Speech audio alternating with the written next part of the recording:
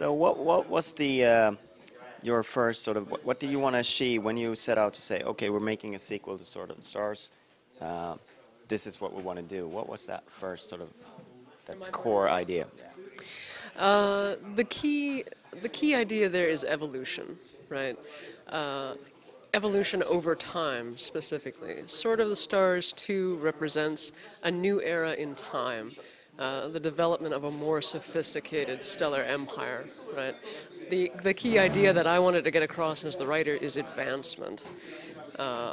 Political advancement, military advancement, technological advancement. And also, I wanted to move forward the story of contact between these races that you had come to know in Sword of the Stars 1. So that was fairly general. Can you give any sort of concrete like how you did these advancements? Well, just to give you one example, in the first Sword of the Stars, we had three classes of ships, the destroyer, the cruiser, and the dreadnought. As technology advances into Sword of the Stars 2, as a new era opens, what we see is essentially the retirement of the destroyer class to a support role. And what you see is the entry of the Leviathan class ship, which is, again, 3 times the size of the dreadnought in Sword of the Stars 1. And it's a much more, it takes an enormous amount of resources. So again, it's advanced economy. It requires advanced military, right?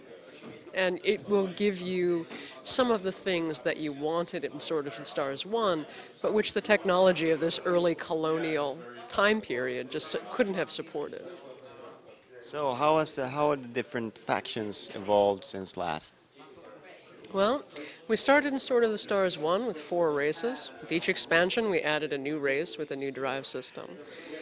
Sword of the Stars 2, we no longer can really call the factions races because they're no longer racially pure. Although humans are still a racially pure faction, Hivers are, Tarkas are, the other 3 factions that you can play in the game are not. Right? The Marigi faction has evolved into a multiracial alliance of independent worlds with Marigi military support. The Zool race has splintered into 2 factions, and one of them has allied with a former enemy, and the other has allied with a former master. And you see the emergence of the Sulka, right, as a playable faction for the first time. And science fiction usually has modern day commentary in a different setting. Are there any such ideas behind how the faction have evolved for the sequel?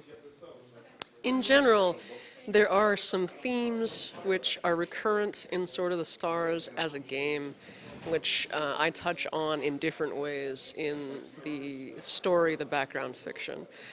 One of the themes that I return to over and over again is power, dominion, and what it means to be free.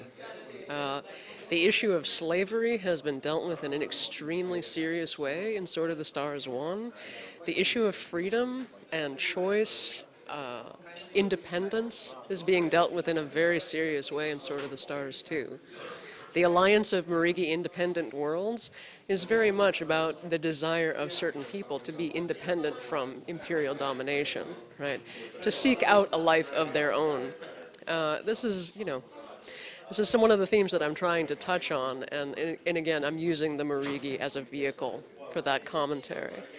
And in terms of, I guess how you choose to interpret certain things is open to you.